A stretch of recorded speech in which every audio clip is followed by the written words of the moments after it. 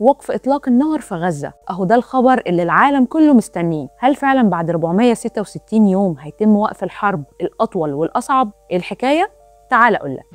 بقالنا يومين في أخبار متداولة عن إن إسرائيل وحماس توصلوا لاتفاق على وقف إطلاق النار وتحرير الأسرى والسجناء من الطرفين، وإن الاتفاق ده قيد التنفيذ وهيتم الإعلان عنه الأربع بالليل أو بالكتير قوي الخميس الصبح، والكلام ده حسب صحيفة معاريف. الصفقة دي بتتم بوساطة مصر وقطر وأمريكا، وتنفيذها هيبقى على 3 مراحل. المرحلة الأولى المفروض هتبدأ يوم الأحد، يتم فيها تبادل 34 رهينة من المدنيين الإسرائيليين مقابل سجناء فلسطينيين. تستمر عملية التبادل لمدة 6 أسابيع. خلال المرحلة دي القوات الإسرائيلية هتنسحب تدريجيا من المناطق المأهولة من السكان في قطاع غزة. المرحلتين الثانية والثالثة هيتم التفاوض فيهم بالتفصيل في اليوم ال16 من وقف إطلاق النار، لكن اللي تم الإعلان عنه لحد دلوقتي إن في المرحلة الثانية هيتم تبادل الأسرى المجندين مقابل 1000 سجين فلسطيني، وفي المرحلة دي هيتم السماح للنازحين في الجنوب إنهم يرجعوا تاني للشمال. المرحلة الثالثة والأخيرة هتبقى إعادة إعمار غزة، ودي طبعا هتحتاج سنين كتير. طيب هل كده الحرب انتهت تماما؟ في الحقيقة هو ده كان مطلب حماس اللي رفضته إسرائيل، وقالت إن وقف إطلاق النار كده كده هيوقف الحرب، لكن أثناء تنفيذ شروط الصفقة. والمكتب الإعلامي الحكومي لحركة حماس في غزة حذر سكان القطاع في بيان رسمي بعدم التحرك لحد ما يتم وقف إطلاق النار رسميا. نتمنى إن خبر وقف إطلاق النار يتم الإعلان عنه النهارده قبل بكرة رسميا، ويكون يوم الأحد نهاية الحرب